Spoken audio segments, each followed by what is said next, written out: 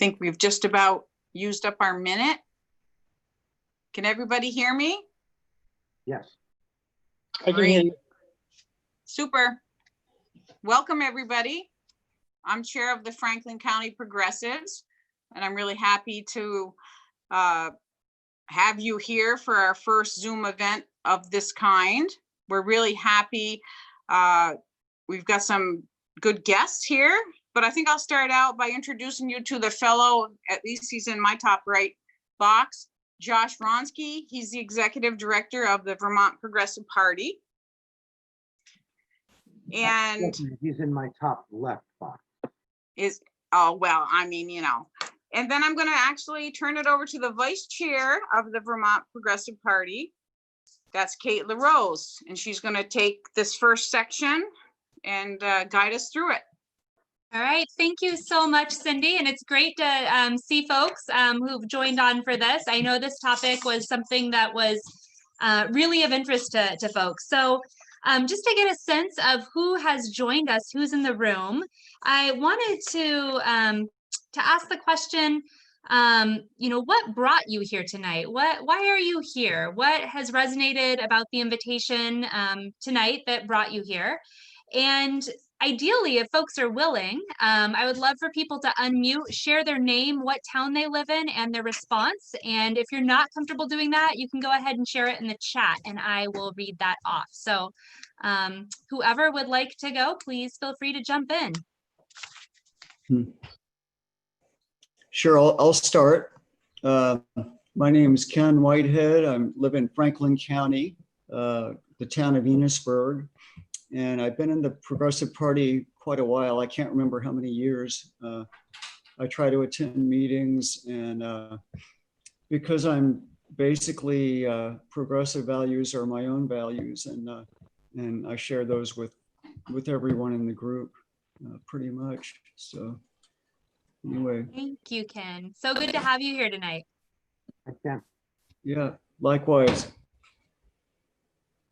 Who's next? I'll go. My name is Chloe Collins, and I am here because I'm running for Senate. Wonderful. Thanks, Chloe. And we'll get to hear from you and Luke more later. Looking forward to that. Who's next? I guess I'll go because you just mentioned my name. My name's Luke Richter. I'm a resident of Alburg. I've been interested in politics for a while, and I guess now is as good a time as ever to run against Republicans. Absolutely. Thank you so much, Luke. Who's next? I'll go. This is Chad Spooner, and my wife Christina is right here next to me.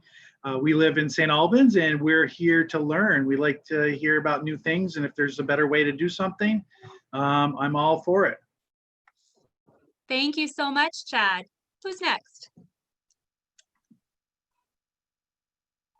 I'll go. My name is Katie McEwen. Moved here 3 years ago, bought a house in St. Albans, and we love this town. And I'm just here to become more involved with local politics and to hopefully be a part of this town's growth. And yeah, that's all. Thank you so much, Katie.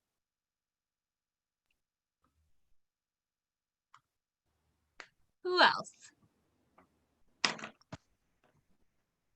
And for folks who just joined in, what we're doing is just a quick run through of just quick introduction and what brought you here tonight? What called you about this meeting tonight? Hey everybody, Zach Scheffler here. I live in St. Albans.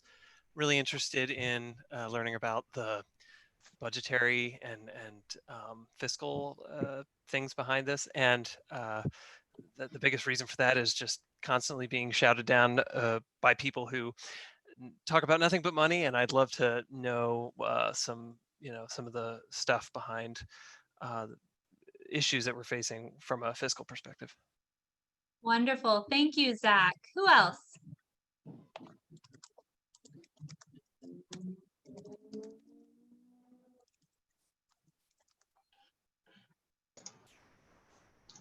Hi, this is Ed Valentine from calling from Georgia, the southern end of the county. Really interested in having and listening to what all of the speakers have to say. Thank you so much, Ed. Thank you. Anyone else before we get started who wants to introduce themselves?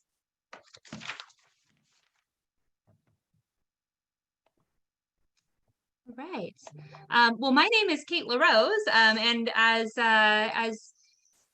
was shared, I'm the vice chair for the Franklin County Party, and I'm here tonight because I just recently learned that in fiscal year 2017, $574 million was spent on public safety, which was 37% of the state's general fund. And I read a commentary in Vermont Digger from Doug Hoffer, who's here tonight, that was really intriguing to me. And I want to share just a couple of lines from it, and then I'll turn it over to Doug. And it says, recent tragedies and ensuing protests around the country have catalyzed discussions about how police conduct themselves and whether some of the resources devoted to traditional policing should be reallocated. This is an important and long overdue conversation. As we take a hard look at the role of police in Vermont, I encourage Vermonters and our elected officials to expand our lens to consider the entire public safety system in our state. The question for policymakers is whether the current system is optimal. Does it provide Vermonters with a just and safe society? Is it cost effective? Does it minimize redundancies? Are services equitably distributed across the state? Does it disproportionately affect minority and marginalized populations? And how well does the system balance prevention and enforcement? And all of these questions are the ones that I know many folks here around the county have been asking, and the more data, the better. So with that, I will turn it over to Doug. Thank you so much for being here tonight. Thank you, Kate. Appreciate it. Glad to join you. I've met some of you before, others not, so I'll give you the nickel tour of what the state auditor does, in fact, because I expect very few people really know what we do. We're not the sexiest office in state government. People probably assume that we do a lot of financial auditing, but that's not the case. The major financial audit for the state is a review of the state's financial statements, and that has to be done or Wall Street gets very upset. It's really boring, however. It's important, but boring. So we contract that out. We had KPMG for about 20 years, and a few years ago, I switched to a different firm. I thought it was time for change. And that same firm also does what's called the federal single audit, which is a compliance audit of all the federal money that comes into Vermont. All states are required to do this. It's interesting stuff, but also a little boring. That leaves us free, my small shop, to do performance auditing, which is something that first raised its head about 25 years ago when state auditors began to understand that just following the money wasn't the end of the conversation, it was the beginning of the conversation. The question in every case is, are programs that are funded with our tax dollars achieving the goals intended by the legislature? Are they cost effective? Are they efficient? That's fun. That's a lot more fun than the other stuff. So that's why I ran in 2010. My background is a little odd. I'm a high school dropout from 67. I didn't go to college till I was 30. I got really lucky. I was living in the Berkshires and went to Williams College. I then went to law school, which I loved, but had no intention of practicing. To me, it was good preparation for policy work. And I applied for one job when I came out of law school, and that was to work in Burlington City Hall when Bernie was mayor in the Community and Economic Development Office. And I'm awfully glad I got it because I didn't really have a backup. So that was 32 years ago. I'm still a flatlander, but most folks consider me a Vermonter, sort of.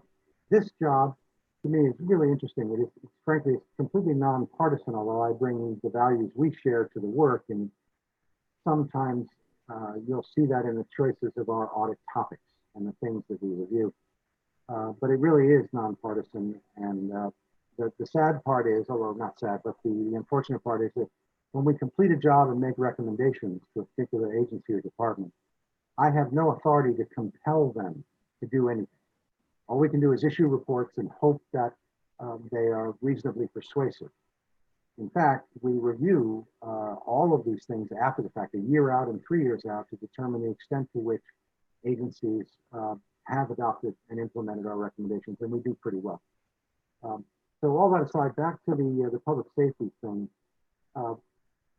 Back in 16 or 17, I was just curious about public safety. It's not an area that I had ever worked on. Most of the work I did when I left City Hall in '93, I was a self-employed policy analyst for 19 years, and mostly looking at economic development and related tax policy, childcare, energy, some other stuff. But I wasn't involved in public safety. So I wanted to find out what we spent. And as any of you who ever looked at the state budget know, corrections for some reason is in the human services budget and not in the protection budget. So we had to start pulling pieces together. Well, I asked a guy in my office, not an auditor, to spend some time on this. And I said, find everything you can. And it wasn't just state spending, it was local.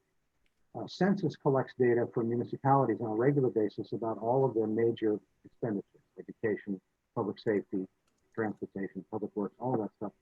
And it's pretty good data. So if you go to our website, which Kate can give you at some point, and look at this report, it's long, but only because there's a bunch of appendices.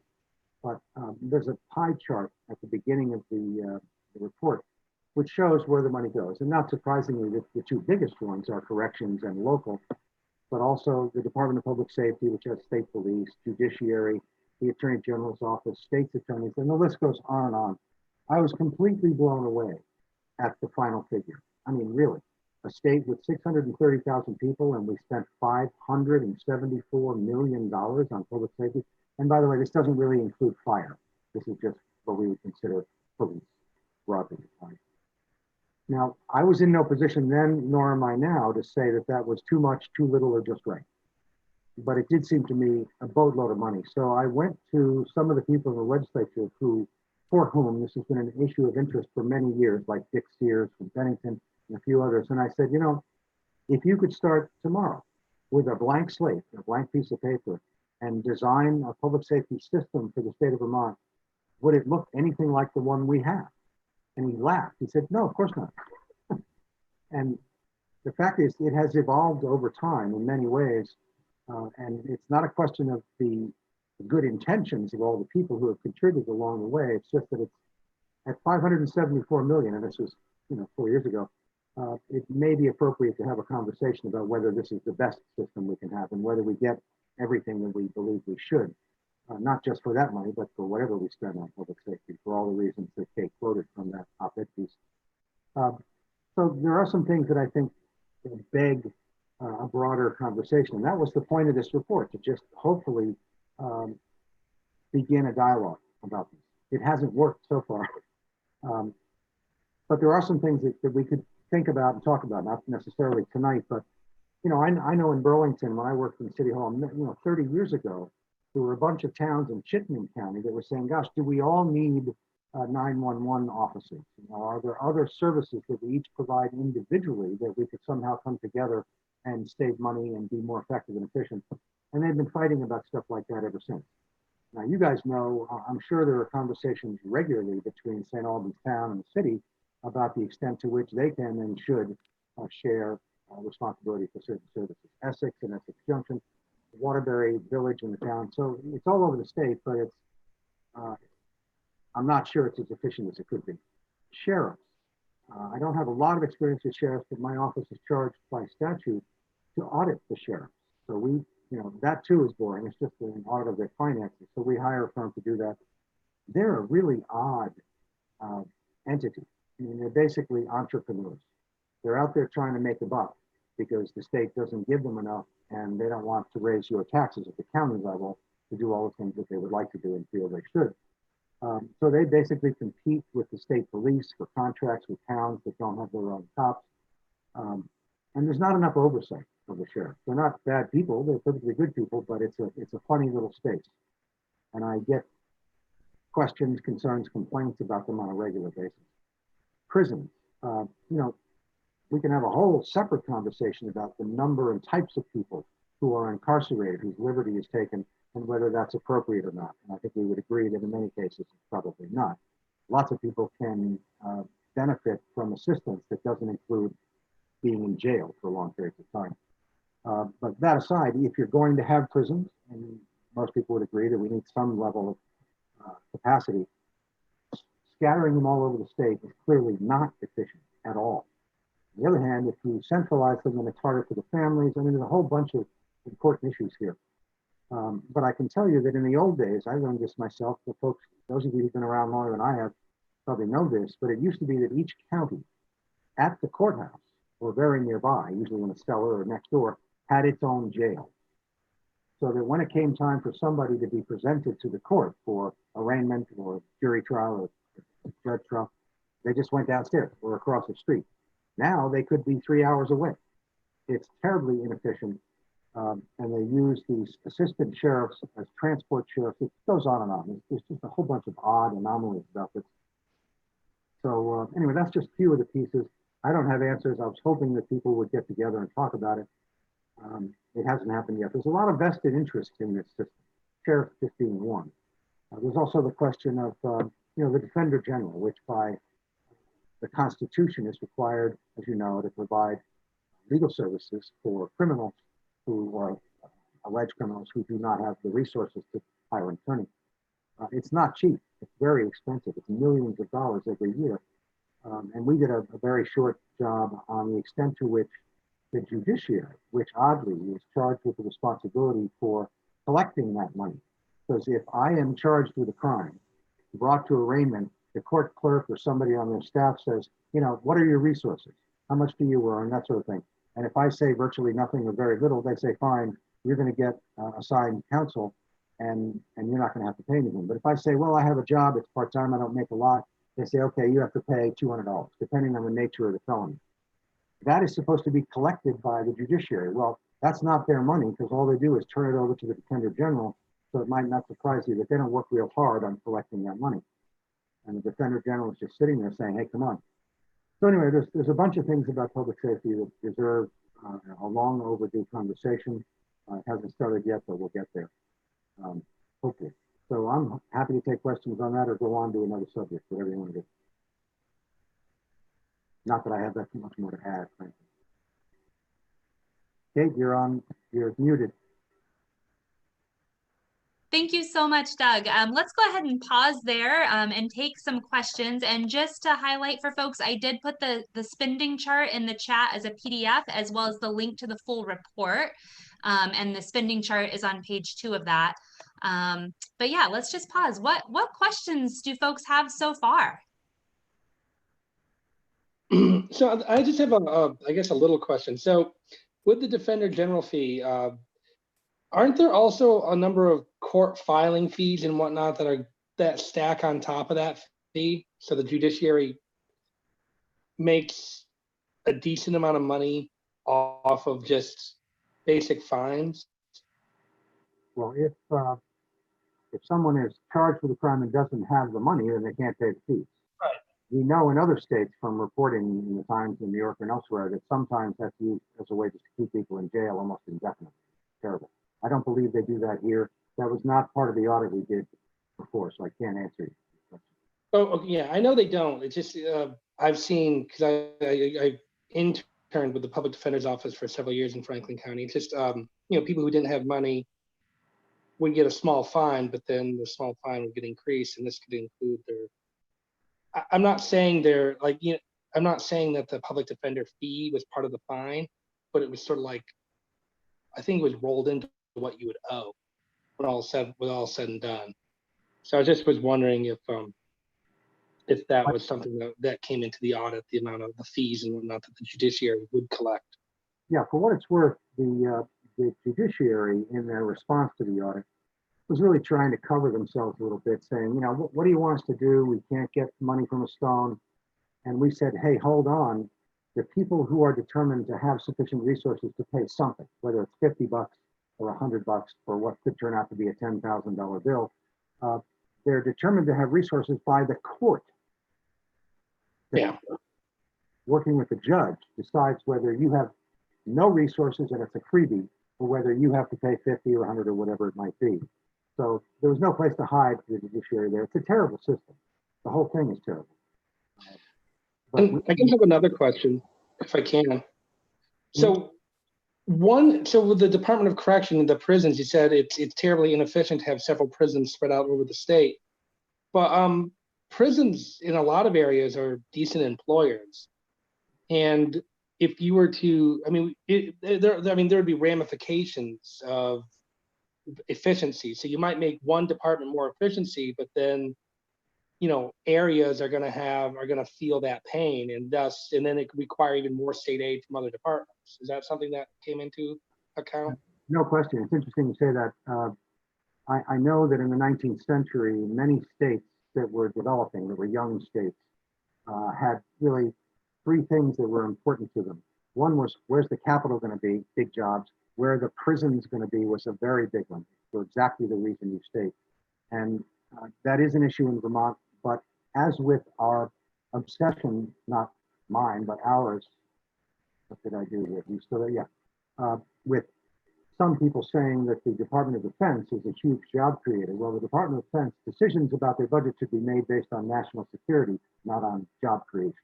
Right. The same for prisons. And if it were to come to pass that a different infrastructure was determined to be more cost effective and better for all the right reasons, then clearly part of the solution would be to help the towns that were going to lose some capacity or facility. Sure. Right. All right. I'm sorry for, yeah. I mean, I agree with you regarding the prisons and stuff. It's one of those, I was just wondering if it's something that was looked at. Yes, should be. Thank you, Luke. And as folks ask their question, if they can just share their name, there was a request for that. That would be really helpful.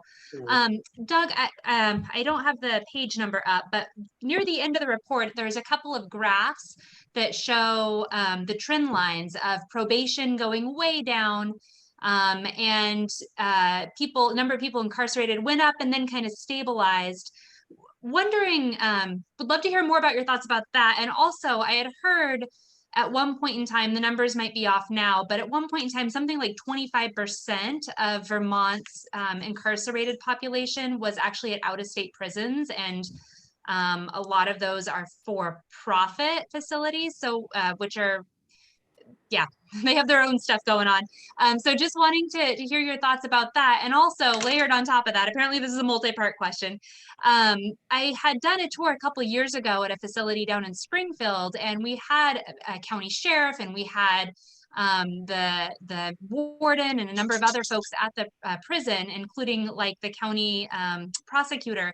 And the question was asked, how many people in this prison right now do you think actually need to be in prison from a public safety perspective? How many people do you think need to be in here? And again, I mean, this was a panel of folks that all had very different perspectives, but they were quite in agreement on the fact that it was nowhere near as many people that were in there. And I think they said, no more than like maybe a dozen folks. And some people even said like they'd only met 4 people in their life that they thought should be behind bars. So what are your thoughts about all of that?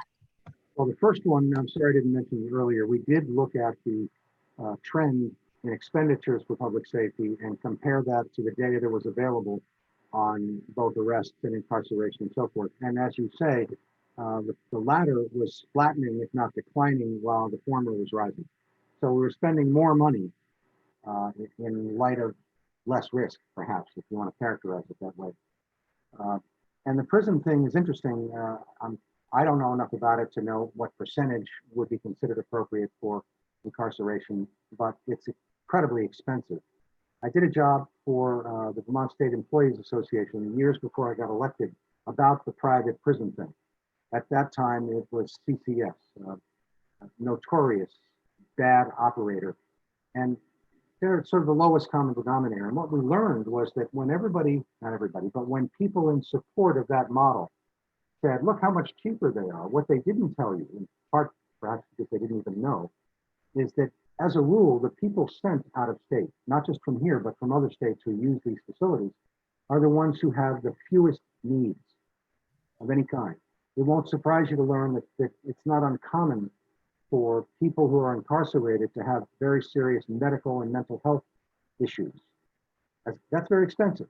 And as you go around the country, not all states are as generous as Vermont is. It's kind of like our Medicaid stuff. We treat people with more respect than Alabama, not just to pick on them because there's a lot of others. But when it starts to cost a lot of money, we're stuck with those people because these guys out of state, they won't do what we do for them. And that's what we found that's what I found in this report. So when they said at the time, oh, it's only 40 grand over there, but we spend 60, it's not apples to apples, not even close. So when you hear that, ask them the question. But I think it's 25% anymore. I think they have brought it down. Thank you. This is Luke again. I'd like to add, Kate, so Springfield is also the prison where they put people with mental handicaps and rather than a state hospital, it has become like a de facto state hospital.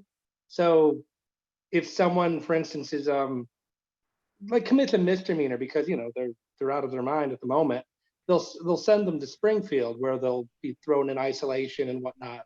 Because Springfield, at least that was a few years ago, Springfield was the prison that had the best capability for folks who should be in a state hospital. Springfield is also the newest facility Um, and the biggest, if I'm not mistaken. And Springfield loved it as an economic development city at the time. A lot of towns didn't want it.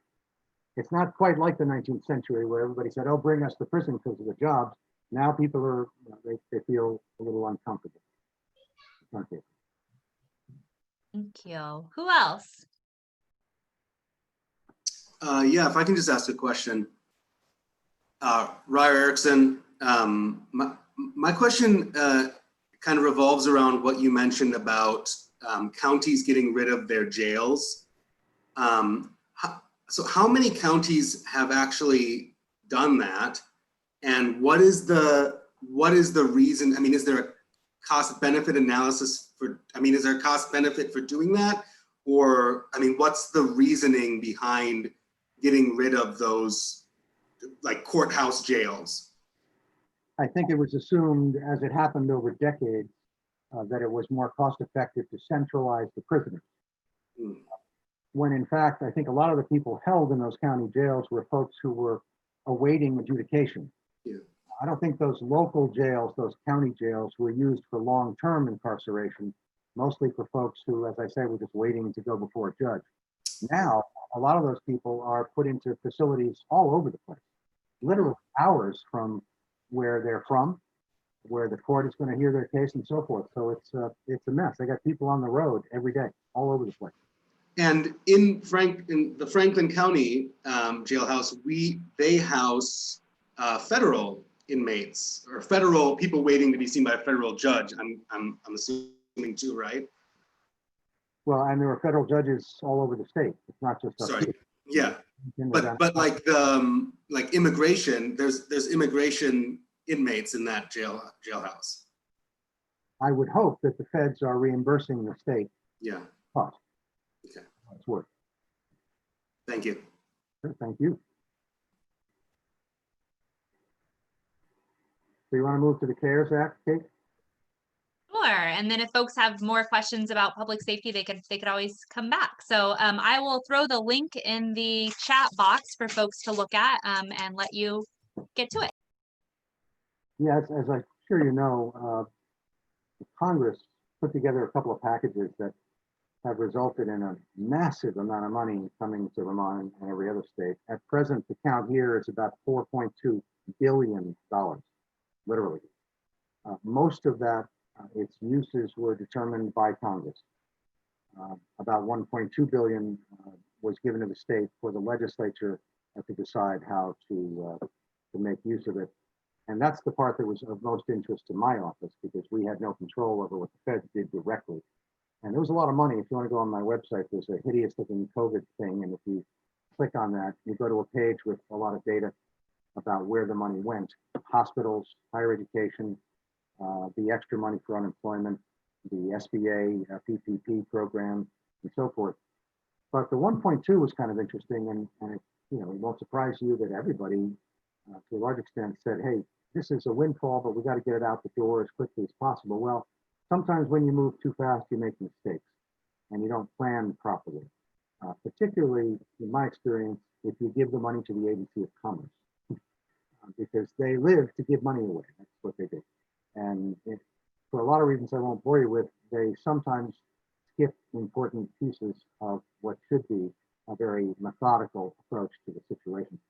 And I can give you some examples. The governor submitted a proposal to the legislature, which was put together basically in the dark. Very early on, just a couple of weeks after COVID hit the news and became a big deal, the Agency of Commerce announced that the governor had appointed some so-called action teams. And one of them was intended to collect information, interview people, and do their best to come together and make a proposal that would go through the governor and then out to the legislature. So at that time, I inquired of the Secretary of the Agency of Commerce, can you put me on the list to receive their meeting announcements and agendas and all the stuff related to something of this importance? He said, oh no, we don't do any of that. It's all ad hoc. There were no records.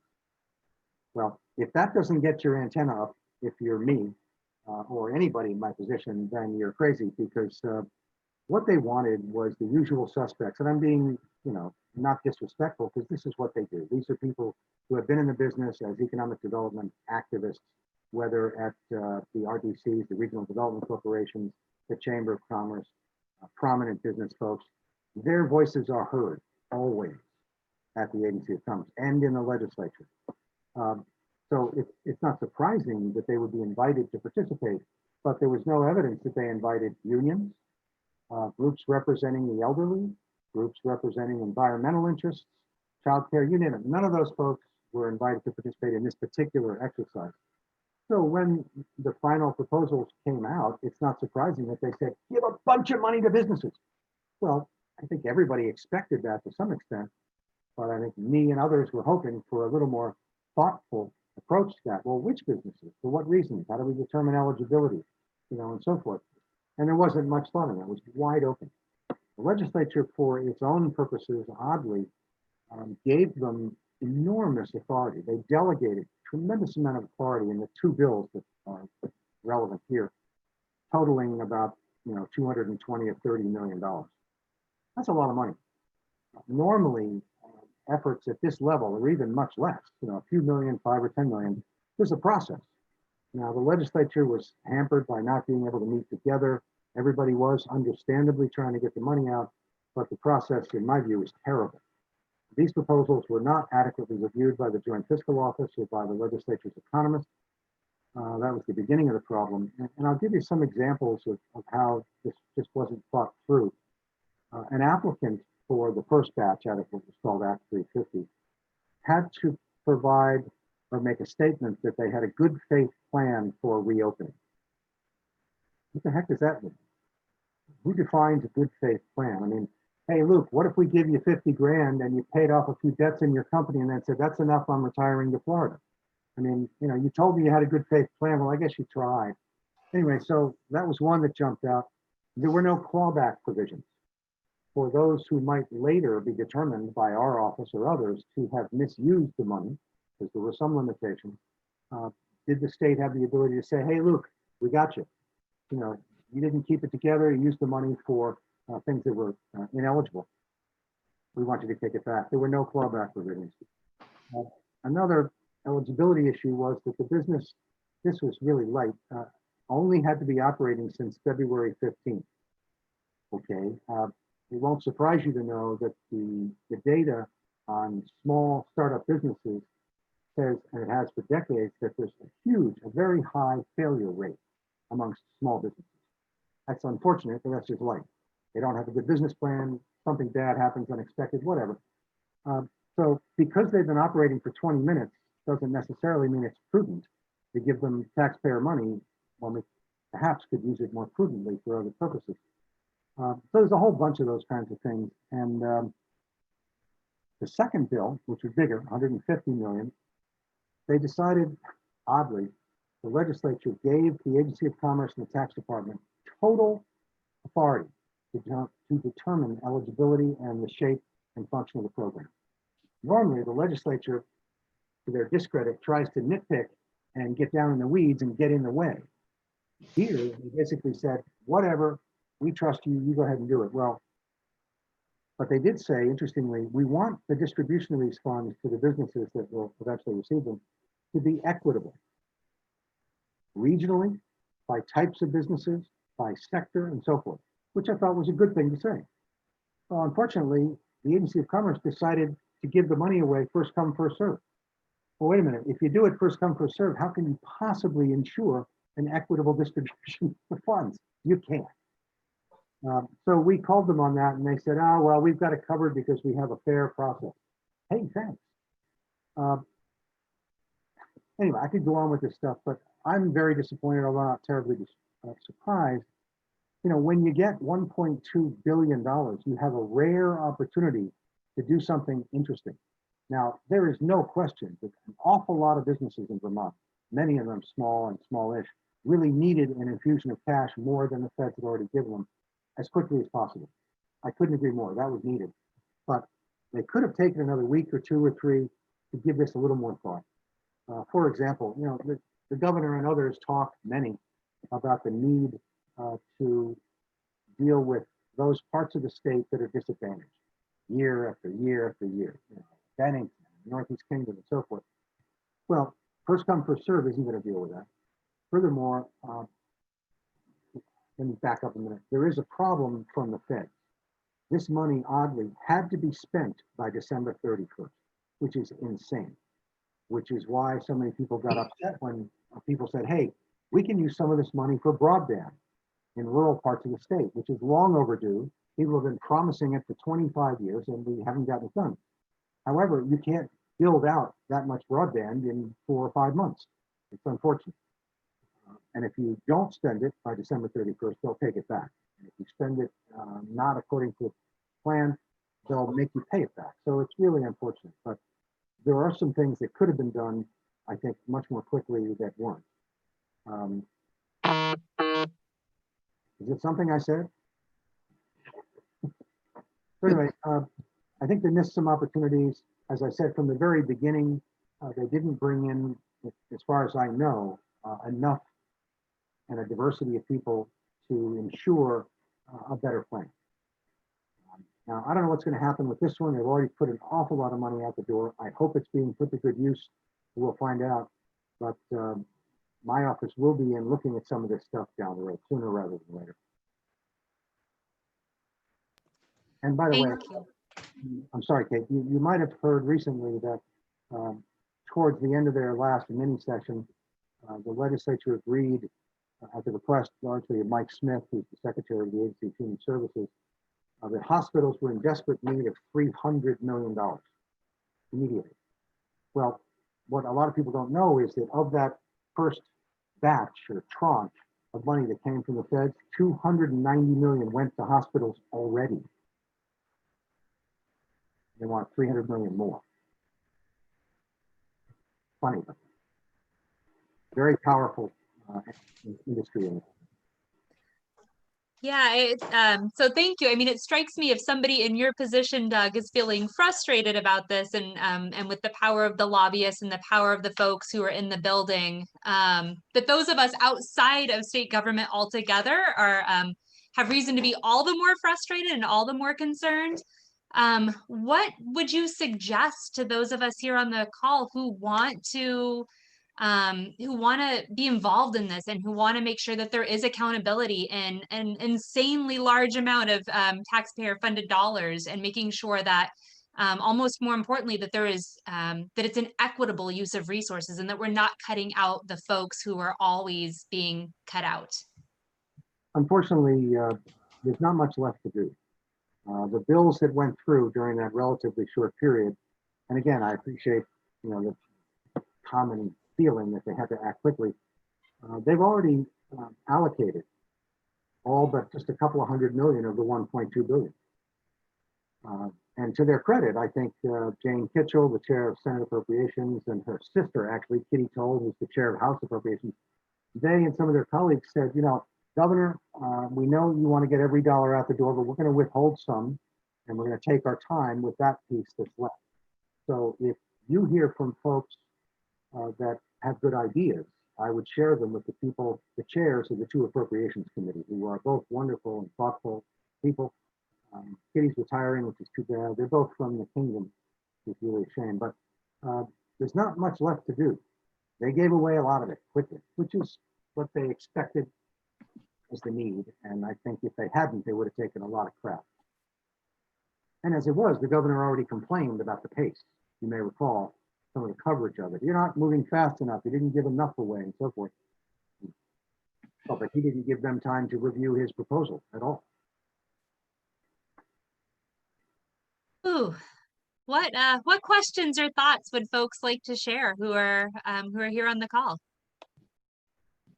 I actually had a question that came up for me about the first part. I was trying to formulate my thoughts as I was trying to listen at the same time, and that's hard to do. So I was just curious if there's more specific information about spending for each piece of the pie. Like for example, I was thinking about for like the Department of Corrections, like how much of the money goes to payroll, how much goes to like food and medical care for people who are housed in prisons versus utilities and equipment and things like that.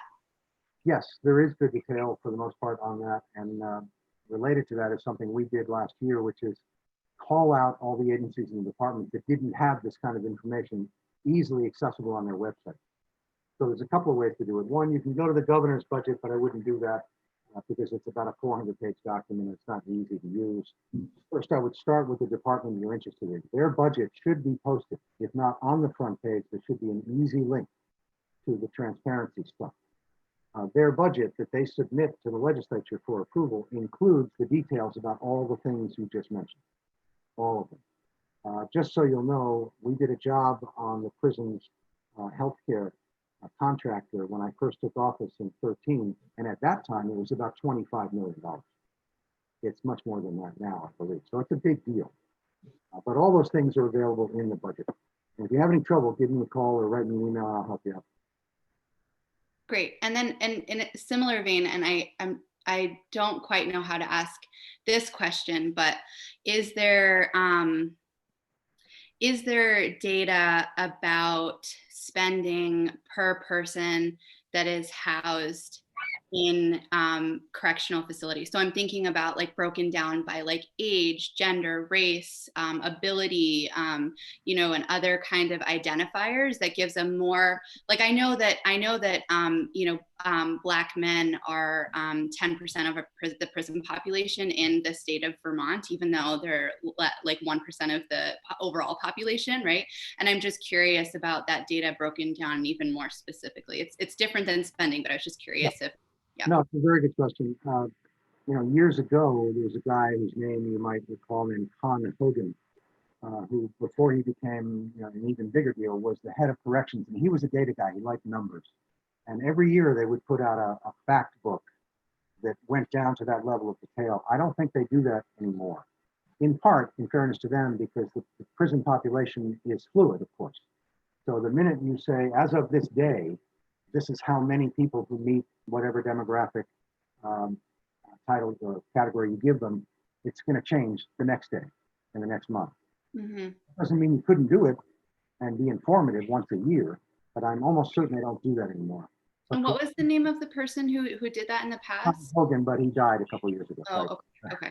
Mm-hmm. I go back. So if you go to corrections, they still do publish quite a bit of information. I have not seen anything like what you're describing in recent years. Mm-hmm. You couldn't ask them. Just send a note to the commissioner's office. By all means, these people respond to citizens, I'm telling you. A lot of people just assume, they'll never answer my question. I don't know enough about it. Good, you'll know more after you ask your question, and then ask 6 more. And maybe they'll get the message and say, geez, maybe we should put this stuff on the website because people are interested. I wish more people would do that on a regular basis. It would piss them off, but hey, they're well paid. What are you going to do? Thank you. It looks like we still have about 15 minutes for other questions that folks might have. I have a question. How's the campaign going, Doug? Well, you have an opponent this time, which do. hasn't in the Dem primary, right? I don't really like campaigns. I don't like to raise money. I don't like to leave the house, whatever. Yes, I have a primary opponent. First time since the first year I ran in 2010. She is an odd duck. Frankly, I don't even think she's a Democrat. If you go to her website, the first names you'll see are Randy Brock and Don Turner, both prominent Republicans. And it might not surprise me when she loses the primary, that she might run as a Republican. It's pretty weird. She was also the losing vote for was it paid family leave or was it the minimum wage? One Paid of, family leave. there were two actually, but yeah, the party was not happy with her at all. She sided with the governor in the override. But she, basically much of her campaign, I'll share this with you. It's been a major frustration for me. But friends who know more about this stuff, because I'm not an electoral guy, it's not my history, I'm a policy guy. I hate this stuff. When she first came out, she did what anybody who doesn't have statewide name recognition would do. She wants to get media attention. And the surest way to do that is to create conflict. The media loves conflict. So she started putting out press releases and emails about how bad I am, top to bottom. And one of them, much of her approach was credentials. She said, I'm a CPA, he's not. And I listened and I listened. And finally I got sick of it. I have a campaign thing. I got a big email list from Zuckerman, which cost me a lot of money. And I sent it out. And the last two messages ago was in response because I had had enough. So I said, first of all, my office doesn't do financial auditing. You don't need a CPA to do performance auditing. And I explained all of that. And I said at the end, and moreover, this might be of interest to you. The Comptroller General of the United States, who is in charge of the Government Accounting Office, GAO, which is the monster version of our office, does not have a CPA. 4 of the last 5 Vermont state auditors did not have a CPA. 27 of the 50 current United States or state auditors do not have a CPA. It didn't shut her up, but it helped. I think it made her think about it a little bit. But thanks so much for asking, Josh. It's been swell all the way through. Anyway, I've tried very hard not to engage with her because if I do, it's just going to give the media an opportunity to give her coverage. 2 weeks from tomorrow, unless she runs in the general as a Republican. Cindy's smiling. And it looks like Josh just put Hoffer for Auditor website in the chat room for everyone, for folks who want to go visit that, including the donation site. No. And Josh, right before you raised your hand, I think Luke had raised his hand. You're on mute, Luke. There we go. I just had another question about public safety. Because you had said that the police are organized in inefficient manners. And so, like, for instance, in St. Albans, there's in theory 3 police departments. There's the city police, the sheriff's department, and the state police. And state police are, they all handle different things. But I don't know how necessary it is to have 3 enforcement agencies roaming around St. Albans City. And I was kind of wondering, like, how would we make this more efficient? Like, what can be done? Well, one thing that occurs to me, and again, this is not my world, public safety, but the 3 entities that you just mentioned, each have their own administrative layers. Right.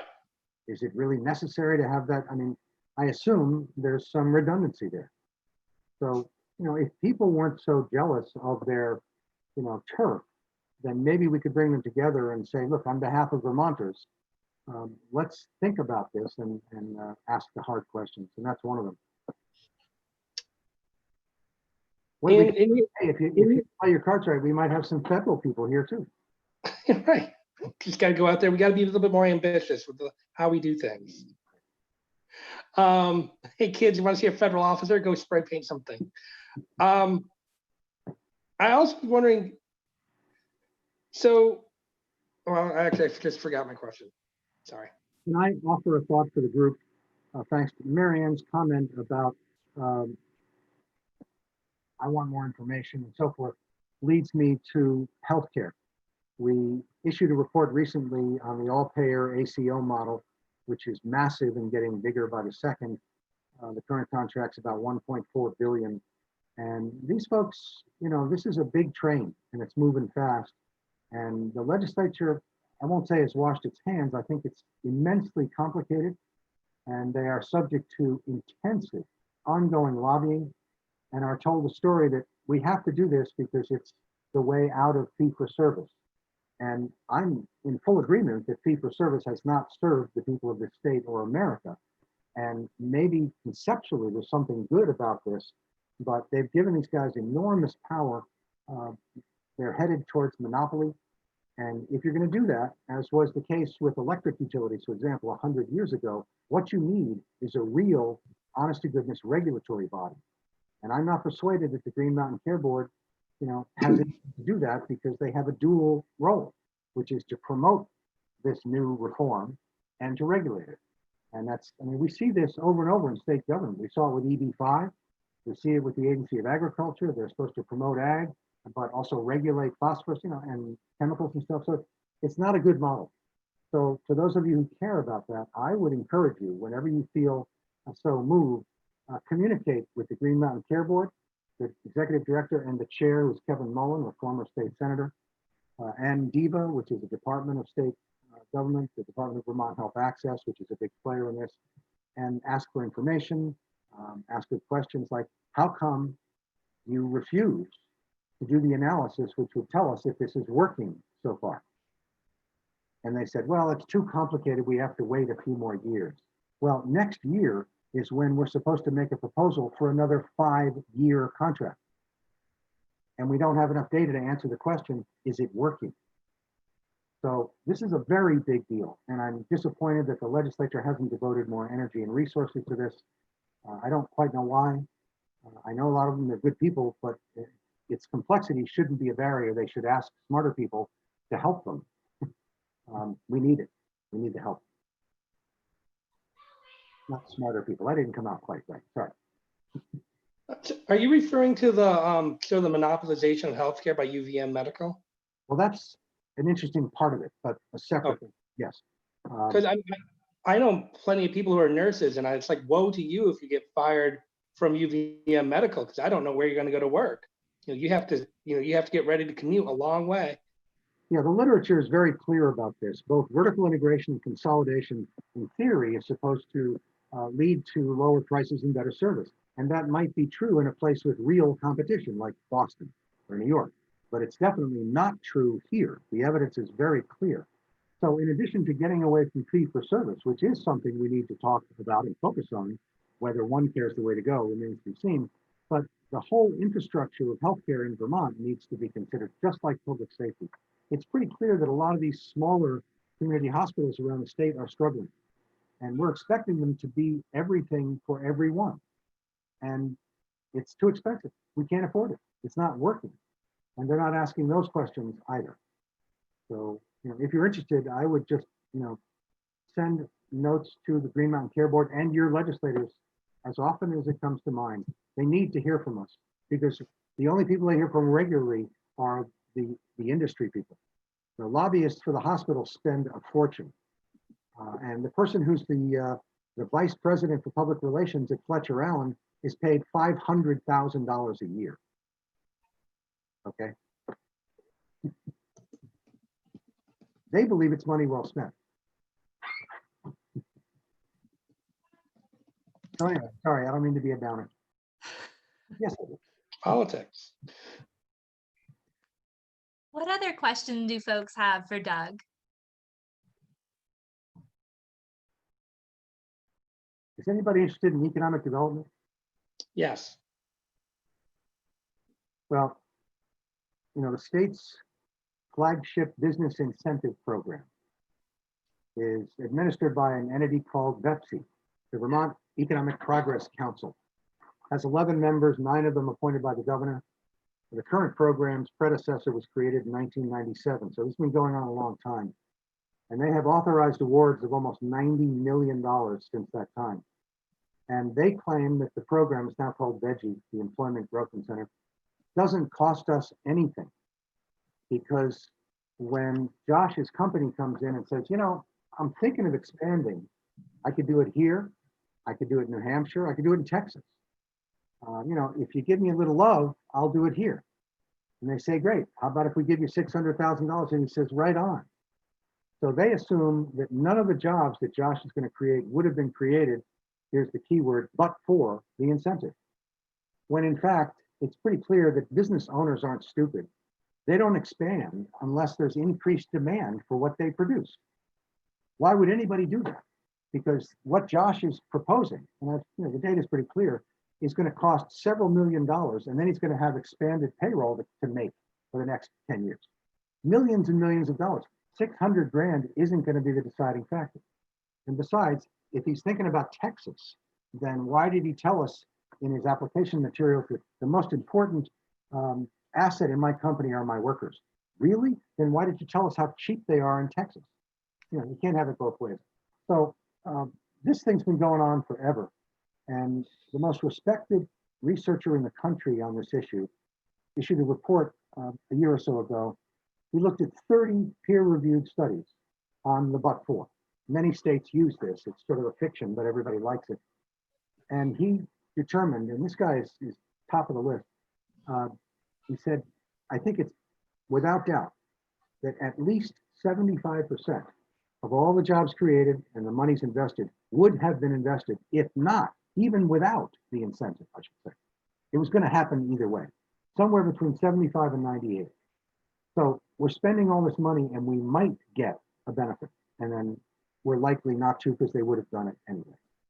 And I've been telling them this, the legislature's economist has been telling them this for years. A good example of a complete breakdown of the system, did you read about this company Marvell? After IBM was sold, or actually sold itself to Global Foundries, they last year, 2 years ago, spun off a part of their business and they called it Avira. And this was a very valuable piece of Global Foundries because these are the engineers who were responsible for hundreds of patents, extremely valuable. So Marvell, which is a big multinational firm out of California, came in and said, we want to get into that. We don't do that right now. Instead of trying to build from zero, we'll just buy that, which was Global Foundries' intention. They created the subsidiary because they wanted to get out of that. So Marvell offered $600 million in cash and were encouraged by the folks at GBIC, which is the Regional Development Corporation in Chittenden County, to go to VEPSI to look for money. And VEPSI said, boy, we really don't want to lose these jobs. Well, they weren't going to lose the jobs. These aren't line workers who can be replaced, who make $15 an hour. These are experienced engineers who are responsible for patents. And if you want them all to move tomorrow, how many of them are going to say, no, I'd rather retire, but my kid's in school, I can't leave, but my spouse has a job? That's ridiculous. There was no intent to move these workers. They wanted the human capital. That's what they bought, effectively. But VEPSI decided to characterize it as a plant shutdown. But wait, a nanosecond later, there was going to be a restart. So for that nanosecond, they had no employees. So the model was run to determine how much to give them, and it was based on every single job that they started with. But when I asked the members of VEPSI about this, they said they didn't have any employees in Vermont. They just bought a company with 185 engineers. What do you mean they didn't have any employees? So anyway, they gave these guys $4.5 million. And we could all sit around together, which we're kind of doing here, and say, how else could we use $4.5 million? Childcare, broadband, affordable housing, and so forth. Real assets, not a complete gift to a multinational corporation. And I checked their SEC 10K filing in February. They had assets of $11 billion. They didn't need our $4.5 million. They didn't even ask for it. In fact, GBIC got VEPSI to start the process before they had even been approached by this company. They didn't need the money. They didn't want it. They're going to take it. You'd be crazy not to take it. Anyway, this program is a complete sham. And I have a report coming out in a few weeks, which includes this stuff that I just told you. And I also looked at their due diligence, which is to say when Josh's company comes in and fills out the application, and Josh makes what are referred to as self-attestations about his company's intent and why. And Josh says, I need this money to expand. Okay, that's a start, Josh, but VEPSI's supposed to say, can you tell us a little more? Are you looking at other states? And you sought incentives from other states. And Josh answers no, which is what Marvell did, by the way. They were very open and said, no, we're not looking for incentives anywhere else.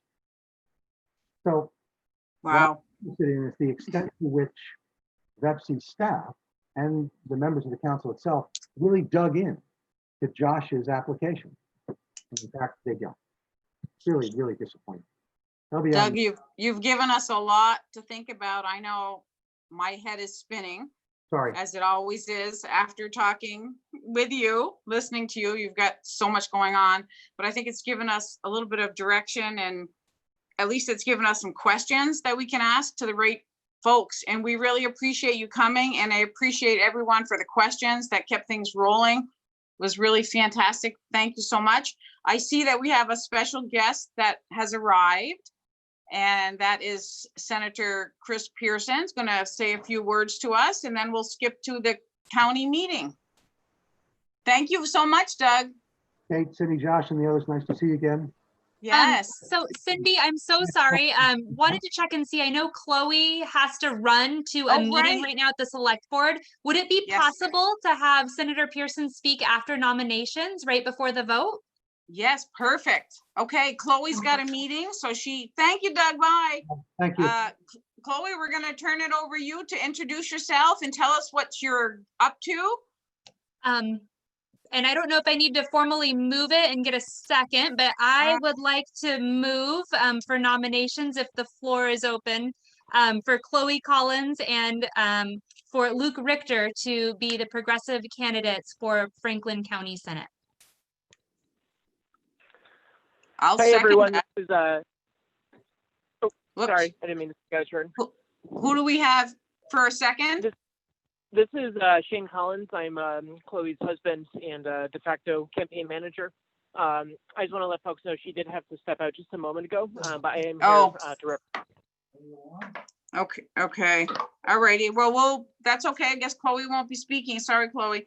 But we have a nomination open. Should we just let the folks talk? Luke's here. Well, Luke, would you want to talk a little bit? We did send your bio around, but why don't you say a few more words about what you're up to in Franklin County with the Senate nomination? Hi, pup. Okay, yeah, sure. So something that's really not covered in my bio is I come from a very rural area of New York. It's called the Southern Tier of New York. It used to have 3 IBMs, and they all closed around 1990. IBM was founded in Endicott, New York, which is about 40 minutes from where I grew up. My family luckily was not IBM related, so when the 3 separate plants closed within a few successive years, we were able to weather it. But a lot of folks around me weren't. And so I'm very familiar with rural issues. I'm very familiar with Franklin County issues in a sense, because it very much mirrors where I came from. In fact, I even come from a place that used to be a boom railroad town. Near where I grew up is a place called Waverly, New York. It used to have the largest enclosed warehouse on the planet because it used to make railroad cars, very similar to St. Albans. And there's still the bones of infrastructure are still littered about the area. And I think one of the reasons that I want to get involved in local politics, particularly as a progressive, is as my bio says, I'm familiar with rural issues, and I think I'm familiar with the rural issues that Franklin County faces, with the pressure that's on farmers, the exit of young people going to other places. These aren't I don't want to say they're not uncommon. They're not new issues in the sense this happens. It's just, I guess, the way it is. But I would like to hopefully be able to bring that sort of, I'd like to address it in the state Senate. And I think that's what I would like to represent for Franklin County. And I really do believe I'm a progressive, not by name, but I'm a progressive by politics. And I think progressive politics really are rural politics. I mean, if you're familiar with the Populist Party, I mean, that was a rural party that started in the Midwest that had many of our progressive platforms were on the Populist platform. And it's been a great disservice to rural areas that there's been such a campaign for people to disregard the past and disregard those things that were created for them. Put the lid on. I'm hoping that I can, again, resurrect this ideal of progressive values instilled in a rural environment and bring those to the State House. I would like to address, for instance, the phosphorus leak into the lake. I think that can be addressed best by the farmers, whether through capture incentives or even through creating manure digesters, local manure digesters, so that they can receive cash for the manure that would otherwise be spread and would leach into the lake. I think there's a number of issues that have rural solutions, and so I kind of coined my my campaign line based on that. And obviously I'm for a severe police reform, especially in Franklin County, because I worked with the public defender's office for 3 years, and I've been practicing as an attorney in St. Albans. And if you have money, you're going to get justice. You might not even get charged. The state agencies will walk by you. But if you're a poor person, heaven forbid, if something ever happens with your kid, because guess what? You're going to get a knock on the door. There's going to be a police officer and a social worker there because you're poor, not because you're a bad parent, because you're poor. And I personally refuse to accept that Franklin County is filled with negligent parents and just scofflaws back and forth. And I hope that, again, this is a rural issue that we can bring to the State House and really allow the people of Franklin County to embrace their progressive past and stand up to it. Thanks Sorry so for much, Luke. Thank you very much. Wonderful. As you folks have, everybody has seen Chloe's bio. She's also a lawyer like Luke, and she's been working for Cindy, I Franklin. believe, Shane, did you have Chloe's statement to read? Oh, Yes, I do. I'd be happy to read it. there you go. Thank you, Shane. Of course. All right. It's been a difficult year for this country. We've endured a global pandemic, an economic crisis, the tension of a nation coming to terms with its history, and politicians more interested in growing the divide than coming together. At times, it feels like we can't even agree on the problems, let alone the solutions. But I still believe we have more in common than not. I believe in reform so that we are truly the land of the free instead of the land of the imprisoned. I believe that racial injustice anywhere is racial injustice everywhere. I believe in protecting Vermont's mountains and waterways for our children and their children. I can see a future for Vermont where our children will be valued for who they are, not by how they look or who they love, and I will do everything I can to help us get there. I live in Swanton and have a husband, me, 2 kids, a cat, 2 dogs, and a dozen chickens. Like many Vermonters, I value self-sufficiency. We grow a lot of our own food, and my husband logs our property for wood to heat our home. I earned my JD and Master's in Environmental Law and Policy from Vermont Law School. I have 5 years of experience in restorative justice and have helped hundreds of Franklin County residents make amends for the wrongs that they've done rather than go to jail. Working with Vermont's court system, I've seen firsthand how our legal system so often fails Vermonters. I'm a homeowner, a gun owner, and my husband is a small business owner. I've also published several books of poetry and am an artist. We are at a crossroads in this country as we approach the most important American election in living memory. I believe we are more than the differences between us and that together we can make the Vermont in which we want to live. My name is Chloe Collins and I'm a progressive Democrat running for state Senate. Super. Thank you, Chloe and Shane. Of So course. yeah, thanks again. So we have a nomination on the floor from Kate for Chloe Viner Collins and Luke Richter for Franklin County Senate position on the progressive ballot. I don't have a second yet. Anybody, any of the eligible Franklin County people, and I can read off who they are if you want. Anybody ready for a second? I'm Cheryl and I second that. Cheryl Malkin. Yes, Thank you, Cheryl. I think I'm eligible Okay. for that vote, so. Yeah, I'm gonna I will read off the people that are eligible on this call to make this vote are Paul Madden, Diane Pierce, Paula Schramm, Ken Whitehead, Cynthia Weed, James Weed, Andy Kane, Diane Crane, Vanessa Madden, Marilyn Hackett, Cheryl Malkin, and Kate LaRose. So those are the people that, now, Josh, are you gonna help do the vote, or how do we do the vote? Do we do it Yeah. Privately? So the vote, I'll create as soon as we're ready. And I know Okay. Senator Pearson had some words, but maybe we do that right after the vote as well.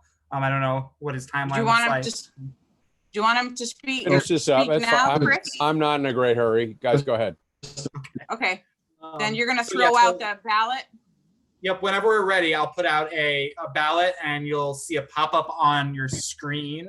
Okay, Is kind of if people, so we can do this two ways. If people are comfortable, I can just send the pop-up and only the people on that list are eligible to vote. Or if we want to be a little bit more secure, I can create a separate room and I can put the people into that room and then just give them the poll to vote. So whatever folks think makes more sense. I'm fine if we want to just do the honor system. I don't think this is a controversial vote, but yeah, maybe. is anybody not okay? Speak up if you're not okay, otherwise we'll move forward with that. Hearing none, seeing none. Okay, go ahead, Josh, send that over.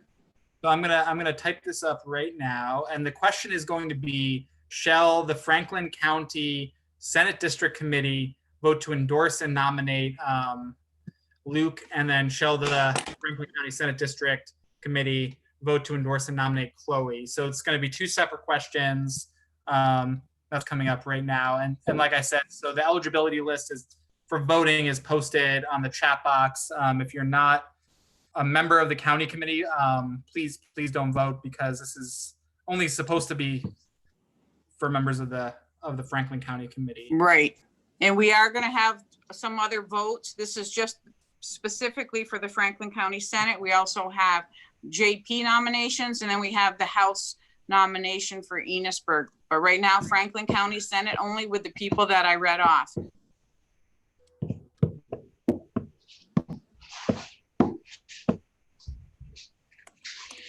Thank you for your patience, everybody. Very exciting.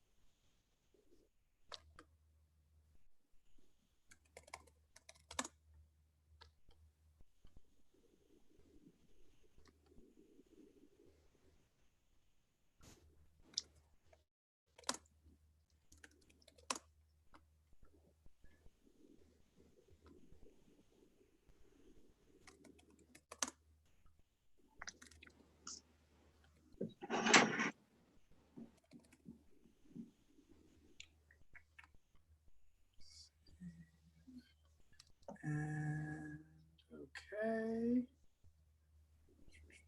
Okay, I'm going to share this right now. So you should see a pop-up on your screen. Yep. So if you're on that Franklin County committee list, now is the time to vote on those two questions. And if for some reason you're on the phone and you're on the Franklin County committee, you can also text me your vote. My number is 518-810-6978. Again, that's 518-810-6978. And you can text me your vote and I'll add that to the result. So we'll give it another 45 seconds. Thank you, Josh. Josh, this is Paul. Whoops. Whoa. Don't know. Paula. Don't know what's happening. I'm gonna hang up. Okay. Ooh. Wonder if she voted. And Kate mentioned that she is not eligible, or she can't actually do the poll because she's one of the hosts on this. So she texted me her result, as her answer as well.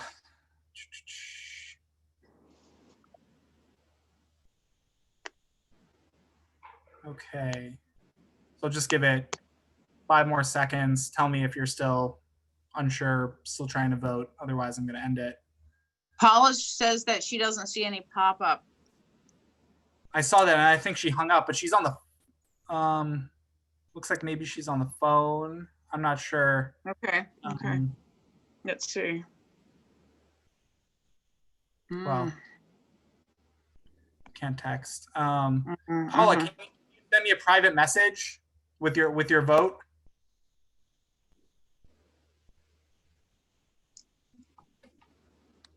Looks like you're able to chat. Yeah, I told him I can't text, she says, because that's what I said. Yeah, I just, if Paula can just send me a private message. I just messaged you. She doesn't know how. If she responds to my message, you should be able to tell me how you'd like to vote. Are you emailing or texting? I was just trying to send it over chat, or or you could email it to me too, Paula. It's just josh@progressiveparty.org, whatever is easiest. Can she use this chat room to talk to you? Yeah, okay. Yeah, it looks like you just said how you're going to vote, so that's fine, I think. Okay. I don't want to belate it too much. So I'm going to end the poll now. Share results. Okay, so then Kate is also, so is unanimous. So it was 5 yes votes. Okay. So I'm going to take a screenshot of this in case just for our records, just in case there's issue. And Chloe and Luke are officially nominated and endorsed by the Progressive Party. So congratulations. Congratulations. Great. Congratulations. And we have a notary. When does the notary come into play? So we can maybe talk about that after. Okay. I'll explain. Maybe the folks who need to sign the paperwork, which one of the county people needs to sign on as chair, as secretary. Cindy, you're signing on as chair. On chair. Who would we do as secretary? Can be anyone can sign as secretary for this meeting. Any volunteers? Kate, you want to do the secretary? No. Kate? It's a really bad fit for somebody with a brain injury, but if nobody else will do it, I will begrudgingly do it. It's perfect for somebody with a brain injury. No, it's not. Okay. Well, yeah, we can figure that out. Maybe stay on a little bit longer. The folks who are actually on the, yeah. Okay. Alrighty. So we are going to hear from Senator Pearson now, if I have my schedule right, my agenda correct.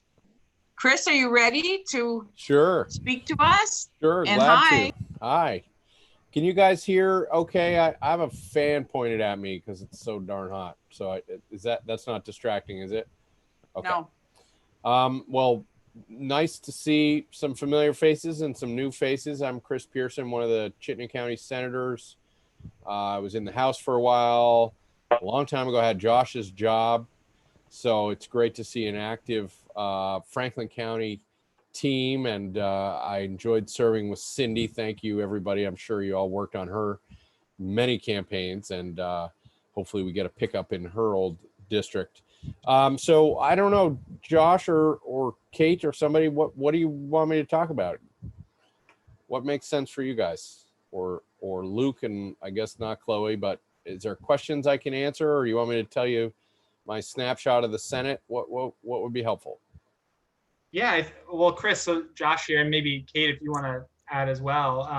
I was kind of thinking you'd be really helpful just to tell us like a little bit about kind of the happenings in the Senate and why it might be important to kind of pick up 2 more seats, or especially in this district, and why that would be helpful, and kind of what you're looking to see, and what you're looking forward to next year. And I don't know, Kate, is there anything else, or Cindy? Yeah, that, That's and I would also just add, you've clearly been very successful at campaigning and serving. So hearing, what does it look like for those of us on the call who aren't running, but who want to support our candidates? What does it take? What can we do to help candidates win their campaign at a Senate level? Sure. Okay. Well, I'll just sort of fire away off the top of my head, and if people have questions, that's always the most interesting stuff for me anyway. A Senate campaign is probably in Franklin County too big to do a ton of door knocking and make a big dent. I would hope you guys are look at last year's numbers, look at 2016 numbers, get an understanding of the scale of what you're trying to crack, and then build a strategy around that. And I just want to share a quick story. Josh, I can't remember if Josh was in the meeting, but he was part of the discussion 2 years ago. A number of us sat down with Bernie, and it was, I forget exactly when, it was June, maybe 2018. And Bernie wanted to check in with us about elections, and we were hoping he would help the Progressive Party with some money. And so we were having our meeting, which we have every year or two with Bernie. And he started the meeting and said, there's no one running against the Republicans in Rutland County? No Democrats, no progressives? And I was sitting there thinking of the Senate dynamics that I understood in Rutland County, and I sort of thought, well, we should probably focus elsewhere, Bernie. I mean, we're not going to win in Rutland County. And he was insistent. and he basically, as only Bernie could do, said, I'd be glad to help you guys with some money. And I would really, really like to see some people run in Rutland County. And so we dutifully ran around and recruited 3 people to run. It's a 3-seat district.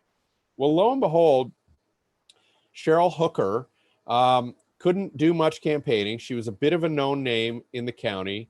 And because of the 2018 turnout, it was a swell in turnout, sure enough, she won. Now, she was as stunned as anybody.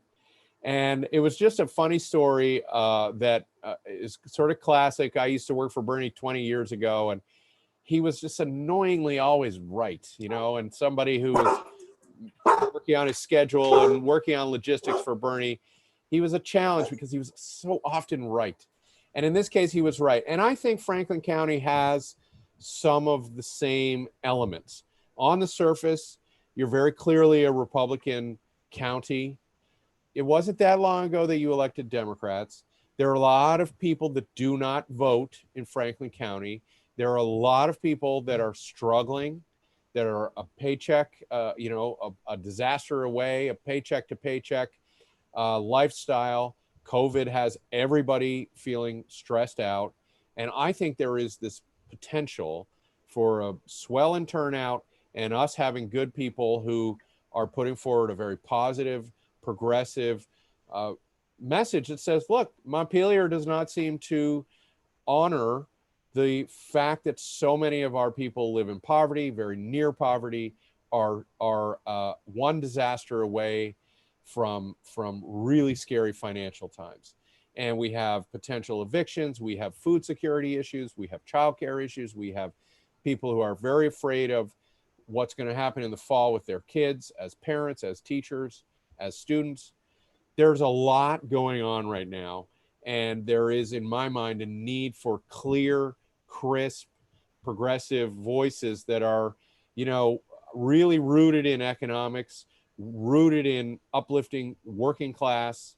I hope you will stick to those themes, stick to the themes of farmers as working people and as allies to us. Big dairy is its own issue, and you've got to have to figure out how to navigate that in Franklin County. I'm the vice chair of the Ag Committee, which is an interesting role for me. We can talk about that. But farmers, by and large, are struggling. They haven't been paid a fair wage in 30 years anyway.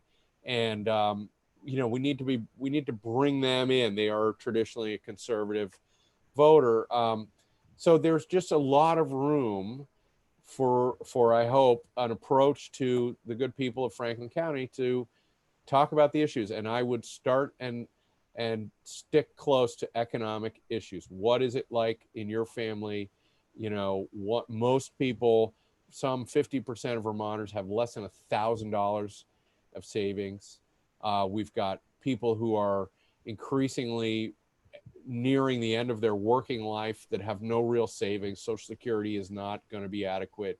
So we have fundamental crisis in this country and in this state and in your region that has been overlooked. Randy Brock and Corey Parent, they believe in austerity. They would cut budgets. They would slash school spending. They would fire teachers. And you need to, figure out a way that feels comfortable and that you could imagine yourself standing up in any town hall, if we were able to gather in our town meeting days, and really go after them. And it's not personal. It's not about whether or not Corey and Randy are good people. It is about the issues of the day and their response. And their response, to our estimation, I think, is completely lacking. And I would go after, I would look into their record on water. Luke, you mentioned water. Water is a big deal. It's not just a big deal for people who are interested in sort of the aesthetics of our lakes, but most people in Franklin County probably get their drinking water from the lakes, many of them, unless you got a well. It has a huge impact on property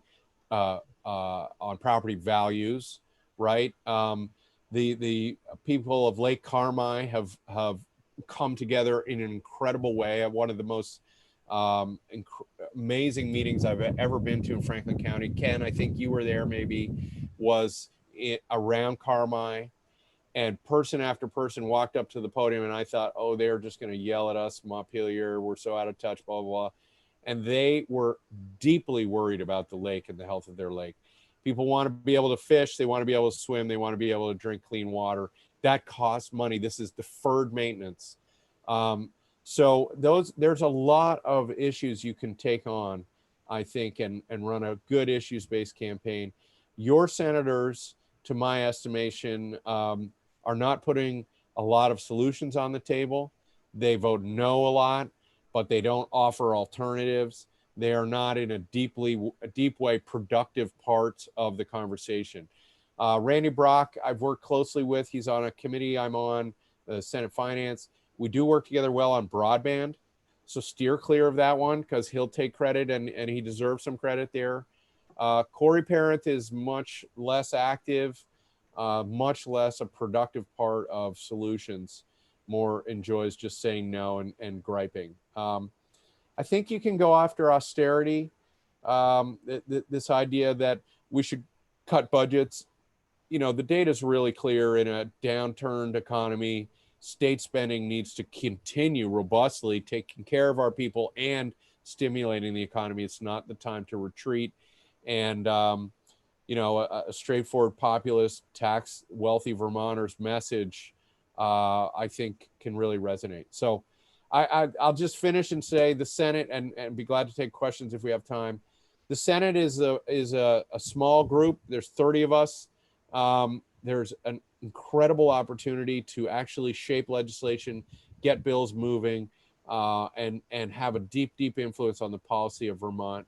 And you should sort of aim high and have a hopeful message, recognize that there's going to be high turnout and a strong anti-Trump turnout even in Franklin County, and maybe we get lucky. So as Bernie proves over and over, you certainly don't win if you don't try.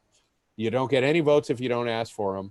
And if you're putting yourself out there like you guys are willing to do, and folks can volunteer by speaking out at Front Porch Forum, putting up lawn signs, getting neighbors to put up lawn signs, writing letters to the editor, just engaging, just put the name of Luke and Chloe in front of your friends, in front of your neighbors, and don't be shy. It can feel awkward at first to sort of be assertive that way, but our country and our state is in crisis, and people need to step up. And if we continue to just cede elections to people that want to be in politics and are dying to run for office, to hold office and just win an election like that's the goal, then we'll get a very predictable outcome, as we've seen across the country. And people who have a hard time imagining themselves as candidates and imagining putting themselves forward that way, that's who we need to actually steer a different course, a sustainable course that props up our economy and recognizes that far too many Vermonters are struggling to get by. Luke? Well, I don't know. Who's moderating? You want me to just call on folks I see? Sorry, I was muted. Luke, you have a comment? How open is the Senate to property tax reform, like a progressive property tax reform, maybe ties it more into income and less into the amount of property you own? You can go find, if you look at my website or YouTube page, you'll find a whole proposal that I have worked on for many years, along with Senator Polina down in Washington County. Before that, as a member of the House, I was part of tripartisan commission groups of people trying to push this idea. It's hard. It's really hard, but it's a good campaign issue. I wouldn't worry about how likely you are to get it across the finish line. If you get to the Senate, you and I will work hard on it. It is a good campaign issue. It's a good economic issue. The fact is our property tax system is very regressive. The wealthiest Vermonters spend about 0.5% of their income, and any of us that are income sensitized are sensitized to about 3% of our income. So right away, Also for farming community, if you own a couple hundred acres, your property tax may be pretty high, but if you're owning a farm, you're running in the red. Despite big numbers, you're still running in the red when all's said and done. And I think that's a winning issue if you can go, because it's one of those hot button issues that starts, I don't know, maybe starts with farmers or whatnot, but it catches fire. And if you can campaign, especially in a rural county, on progressive property tax reform, where you tie maybe property tax into income, so the people who can afford it are paying more, and the businesses aren't getting, like the big corporations maybe aren't getting quite the sweetheart deals, and you can pass the savings on to the farmers. Can't remember what it's. Is it Libby? I mean, I think you have to recognize a couple of things. Voters keep approving school budgets. So we have this weird dichotomy between my property taxes are too high and I vote yes on my school budget. And Montpelier, we feel a little stuck by this. Like this is truly a trap. We're in this weird dynamic. And we sort of feel like, well, voters approved this 4.5% increase, so we're going to increase their property taxes. That's the deal. You also need to recognize that forests and farmland, almost all of them, are in current use. They are subsidized by the rest of us. And so I'd be careful. And a big farm is in the red, as you say. That's probably true, but they have a lot of income. They have a lot more expenses, maybe. So they may not love the idea of an income tax for schools. But I think if I were you, and do go find the YouTube, Josh, or I could send it to you. We had a whole proposal. It's been tricky to catch fire, but it's a good one to talk about. And you don't have the burden of figuring out how to get it through the Senate yet. You can just talk about it as a economic justice. Okay. Well, thank you so much, Chris. Thank you for coming. I miss being around you and hearing you talk. Thanks, everybody. Good luck, and feel free to use me as a resource. I'm happy to try to help. Thanks again very much. Night. So we're going to move along. So we're trying to stay on schedule for you folks that have been kind enough to be on for an hour and a half and still counting. So we didn't do a proper warning for high bailiff. So we aren't going to be able to move forward on that, but we do have the candidate that was interested in it. And we would like to have, oh God, what's his first name? Mr. Raker. Where is he? Ryer Erickson. Yeah, Ryer Erickson. Sorry, I'm trying to find you. Sure. Are you still there, Ryer? Yes. Yep. Would you like to speak to us a little bit? Sure. If you'd be okay with it. Yep. Okay. We'll give you a few minutes. Thank you. I believe in social justice that includes racial justice, gender equality, and disability rights. I believe in economic justice that includes affordable, available housing, quality education, updated infrastructure, and universal healthcare.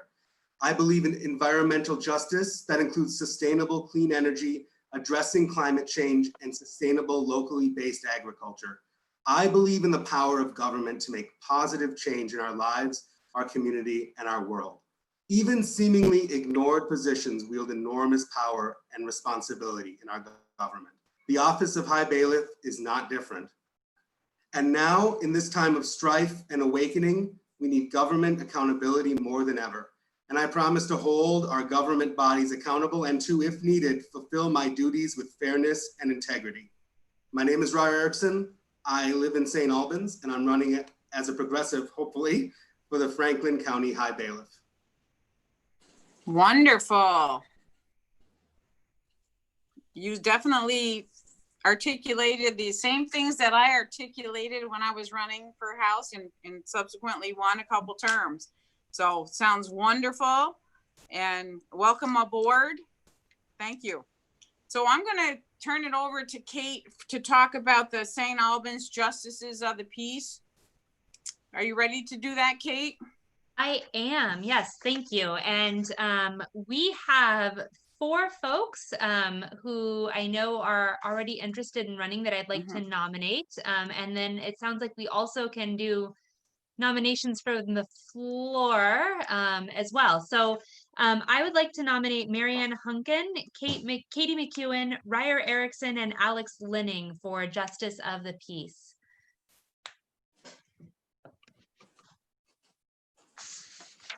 I think we're looking for a second.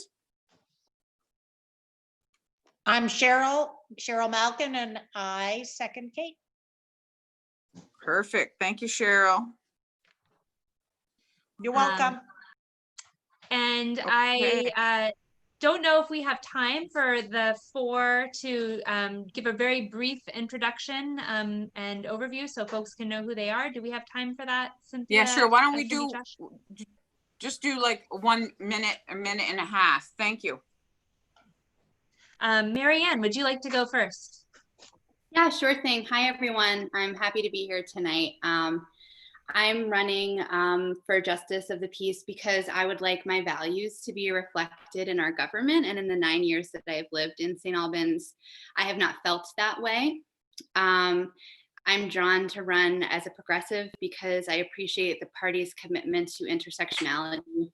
I'm really committed in my life, regardless of how I'm being involved politically. I'm really committed to racial, gender, economic, disability, and environmental justice. And I appreciate the ability to make the ballot a little more spicy, with some more progressives. I think it would be really great to have more progressives on the ticket. So that's why I'm running, and I appreciate your time tonight. Thank you. Up next, Katie McEwen.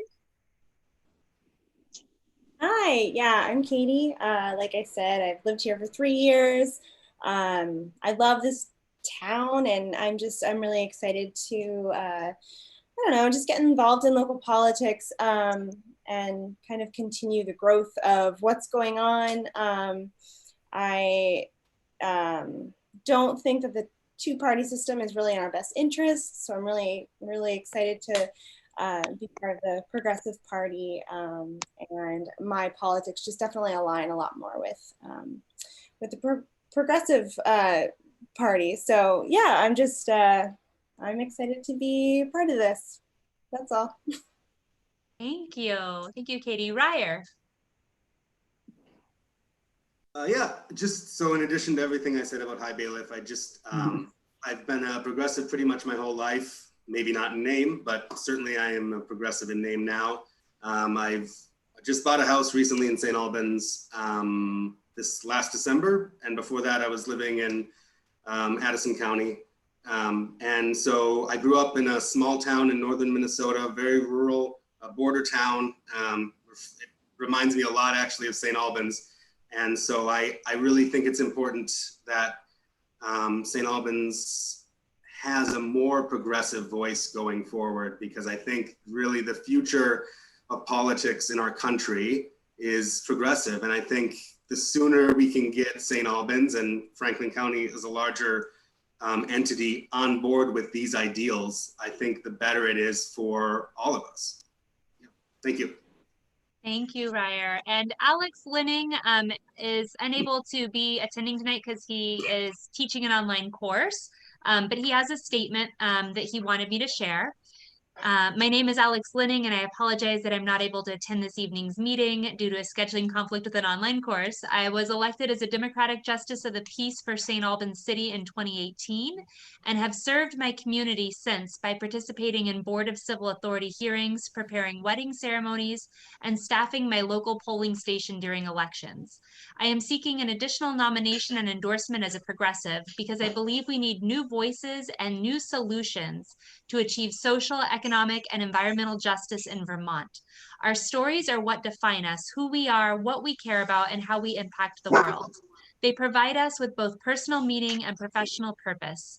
Through my role as a Justice of the Peace, I intend to advocate for those who feel more marginalized or ignored by our political process, and to support efforts to ensure our local government is transparent and responsive.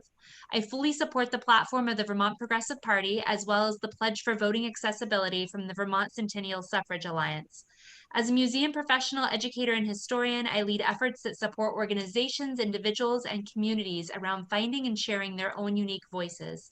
My work style values authentic collaboration and reflective practice. Currently, I'm the ED of the St. Albans Museum and an instructor with the Community College of Vermont. I previously held staff positions with the Lake Champlain Maritime Museum, Shelburne Museum, and Franklin Grand Isle United Way.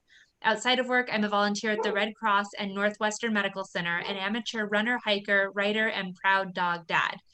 My professional specialties include modern European and American history, Holocaust history, leadership and facilitation, nonprofit communication, educational programming, exhibit design curation, advocacy, and project management. Thank you for your consideration.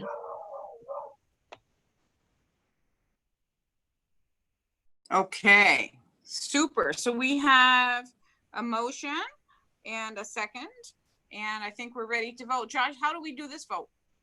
For this, I don't feel a need to do folks want to do secret ballot, or are we okay just doing like a voice vote? I think we're okay doing a voice. Anybody opposed to a voice vote? Who is eligible to vote? So this is just the people, all residents of St. Albans who are on the call are eligible to vote. If you're not a resident of St. Albans, you can't participate in this one. But I thought Cindy was saying we were working on a JP, or there was some talk of doing a JP meeting for Enosburg and Montgomery at some point potentially. We just didn't warn it in time for that. Okay, so do you want people to just raise their hand that are at St. Albans, and we'll ask who's in favor of nominating Marianne Hunkin, Alex Lenning, Ryer Erickson, and Katie McEwen for Justice of the Peace for St. Albans. Put your hand up. I'm seeing some hands. Do we need to write down who they are, or just that we got a couple there? We got lots of hands. 3, 4, 5. Marianne, are you St. Albans? All right, so I think people running are able to vote, right? Okay. Yes. Thank you for the clarification. I wasn't sure. So I see we've got Zach's got his finger up there. 1, 2, 3, 4, 5, 6, 7, 8, and then Zach. So yeah, Zach, 9, including Zach. 9. Right? 9. Are there any people opposed to this? Put your hand up if you're opposed.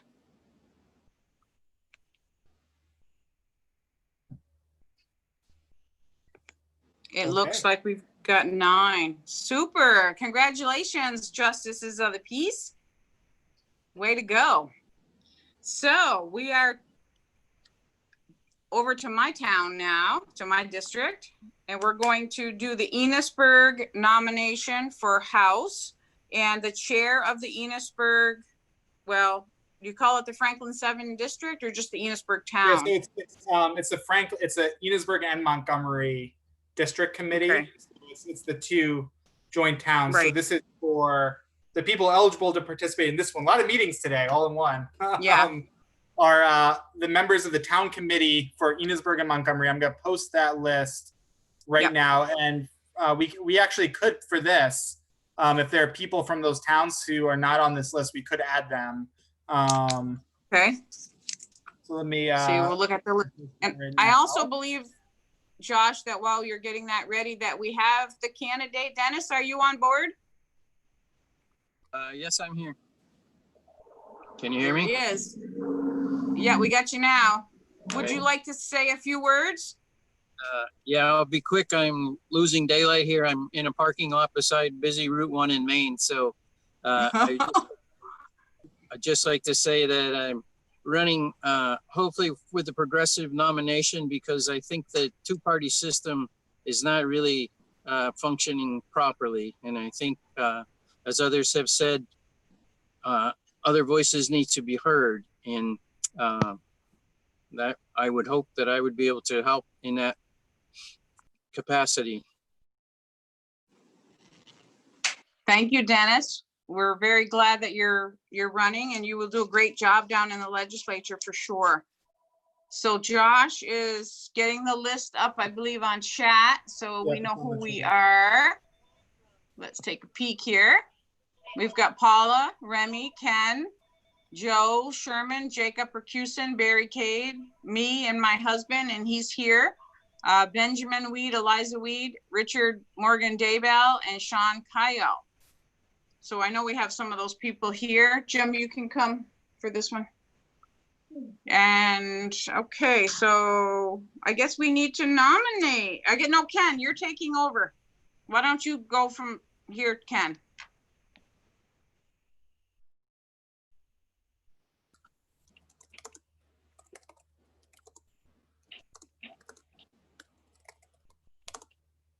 Excuse me, I had to unmute. All right, so our voters in Enosburg, I don't have the list in front of me, but myself, Paula, you and Jim, and I think, is that all we Dennis? have? Oh, no, he's not on the committee. No, We need, no, he's not. can I nominate?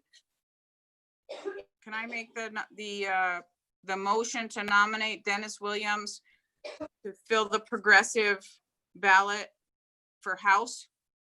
Is that a good term? Josh? Yeah, so Go right ahead. The way it's typically worded is shall the Franklin 7 Progressive District, committee vote to nominate and endorse the candidate for the office of state representative. Okay. I'll second. It's Morgan. Okay, so I'm just Ken. do the same thing as we did for the poll, or for the other poll. I don't see a poll. It's coming. It's coming. Okay. Josh, how does my husband vote on it? Because we only have one poll coming through the iPad. Just have him text me, or you can send me his vote in the chat in the private, and I'll just add it to the vote total. Okay, you're putting a poll out? I am about to, although we never actually tried to do polls, so let me see if I can do this. No, just you need to show your face first. Thank you, everybody, for being so patient. It's really important stuff. And in this time of pandemic, this is what we have to go through. Yeah. There we go. There we go. So this will be mine. And then you'll do yours. Yeah, and anyone who is not able to see the poll or access the poll, they can text me, email me, or send it to me in a private message. So only I'll know the results. How many people were voting? I see 4 have voted so far.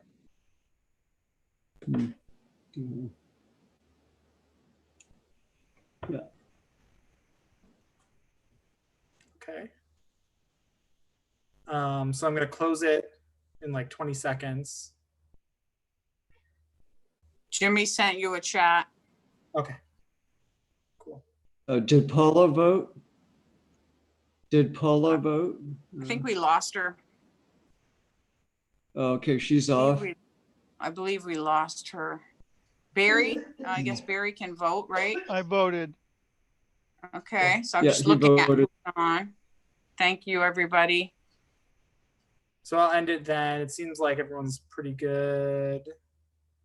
And then there you have it. How many vote? 4? 4, so unanimous. Unanimous. Cool. Good. So for any of the candidates, so Luke, Chloe, and Dennis, if you could send me a high resolution photo, I'm doing like endorsement graphics, and we're putting folks up on the website. So I'll do that even tonight as soon as I get a good photo from you. I can do yours, Dennis. I've got his. Okay. Cool.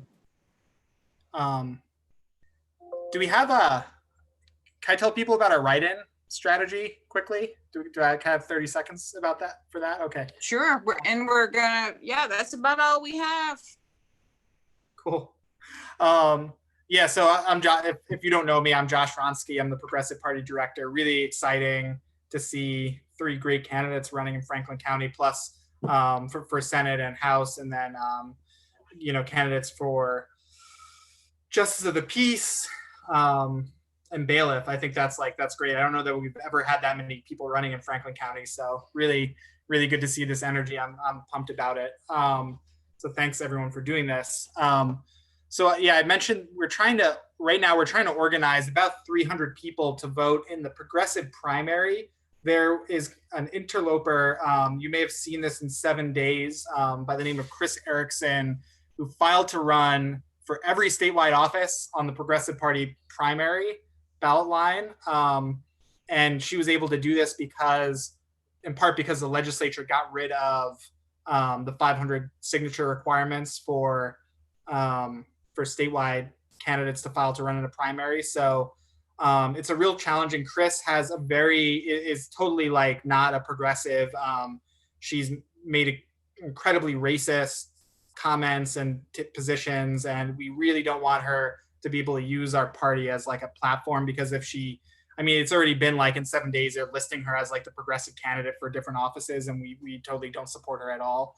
And if she is able to win, they'll put her up on the debate stage next to the other candidates, and she'll be the progressive candidate. We really don't want that to happen. And there's also a chance that she could. We have endorsed David Zuckerman for governor and Doug Hoffer for auditor, and there's a chance that she could actually win our nomination over them. Because in state law, you're only allowed to file to run in one primary ballot. So you're not allowed to file. If you're running in the Democratic primary, you're not allowed to also run and have your name listed on the progressive primary. So historically, our statewide candidates have won the progressive nomination as write-in or through the process we just used, but at the state committee level to be nominated. But because Chris is actually on the ballot, there's a risk that enough people who are kind of fed up with the Democratic Party but aren't paying close attention are just going to see her name there and vote for her in the primary. So we're trying to get this information out, and also we're working to get about 300 people to take a progressive primary ballot and write in our slate of candidates for the statewide offices. So it's basically David Zuckerman for governor, Doug Hoffer for auditor, and then we're encouraging people for every other office to write in Chris Brimmer. And Chris is with the exception of state senate and high bailiff. Right? Well, yeah, this is just for statewide. Yeah, just for statewide. Yeah, so Chris Brimmer for all the other statewide offices, and Chris is a member of our coordinating committee, and he's just kind of acting as a placeholder, so he's going to withdraw after the primary. But if he gets enough write-in votes, it'll allow us to kind of stop Chris from, using the Progressive Party as her, platform booster. So yeah, kind of a weird, unfortunate situation due to the weirdness of election laws. But that's what we're doing. So if you're interested or willing to do that, I would really appreciate it, especially in Franklin County where we don't have competitive primaries. We're trying to avoid pulling people out of competitive Democratic House districts.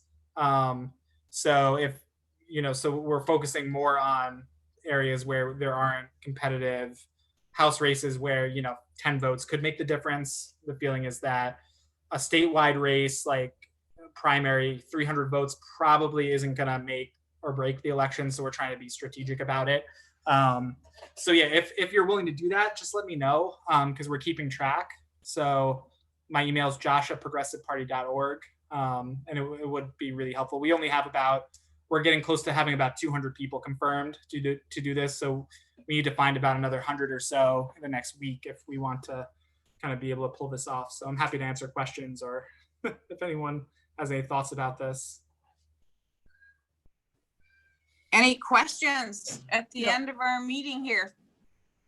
I've got a question about that subject, Barry? which is, in the past, how many non-progressives have voted in a progressive primary? Well, in other words, is there any evidence that we need as many as 300? Because possibly 300 could cost David the Democratic nomination. That really concerns me.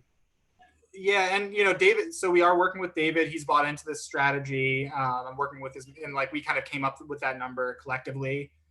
So in 2016, a similar situation happened, and the person got 150 write-in votes. We're assuming a good number of those were just random people taking the ballot. But this is 100. That was in 2016.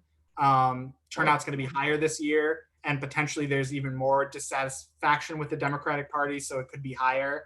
So the 300 number that we're shooting for was kind of based on that election data from the past and what we think will be kind of a safe margin to make sure David doesn't win. Because the risk is that if David loses, we have to remember Chris is going to be a P on the general election ballot. And if she's a P on the general election ballot, Chris Erickson will get 5 to 10% of the vote just by being on the ballot. That's typically what we get, and that's going to make it much harder for Dave to win the general as well. So that's kind of also what's at risk here. But yeah, so it is based on we did go through, and we're working with Zuckerman's campaign, and they're bought into that, and it's based on what's happened in the past. I have one other question that concerns the St. Albans Justice of the Peace race. I think we need to check with the Secretary of State, because the Justice of the Peace is basically linked to the party, and I don't know that you can run as a DP for that unique office. Do you understand the question? Yeah, I think you can. And this question came up. I'm pretty sure you can, but we can look into that for sure. I can check in with the Secretary of State. Yeah, I think people have done it before, but we can check in with that. Maybe you can send something out to us on that, Josh. Yeah. And any other questions for Josh or anybody online? I just want to make a comment. Josh, I'm not sure you got my husband's vote, because I think there should have been 5 votes. Yeah, I didn't see it come in. I think I sent it to Kate. I just checked. I made a mistake. Okay. So 5 then. Good. Yeah. Okay. I just wanted that clear to everybody, so everything is copacetic. So any other questions as we wrap up this great meeting? Thank you everyone for being here. Congratulations to the candidates. Super exciting. Yes. This is the most robust slate we've ever had. So I'm really excited. Thank you. Wonderful.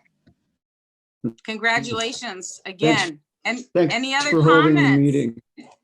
Oh yeah, thank you. Thank you for your part. Thank you. And thank you folks that are willing to step forward and run. I know what it's like, and it's very rewarding, and I'm very pleased that we can support you with our experience, and wish you the best of luck. And everybody stay safe, and congratulations, Dennis. I'm helping Dennis. So anything else? I had a question for Josh. Okay. About where do we send our pictures? So I will connect with you, Luke, with the email address. Josh just texted me his computer just died, so he's off the call. Okay. Well, thank you, Josh. He's a great executive director. We would be lost without him. And so just reach out to him or us or anybody that you can reach out to. We'll connect you to who you need to be connected to. And everyone, stay safe and have a good night. All right, you too. Good Thank night. you. Bye. Thank you, everyone. Cindy and Morgan and Kate, do some of you want to stick around just to figure out the Yes. the paperwork piece of this? Sorry, I had to Yes, transition sure. my phone. My laptop just died. Okay, no problem. We're here. Okay. Bye, everyone else. Have a good Bye-bye. evening. I figure out how to get out of here. Yeah, I never can get out. I don't have to. Oh, So it's perfect. there's leave in the lower right-hand corner. Bye. Oh, okay. Really? I don't, not, oh, okay.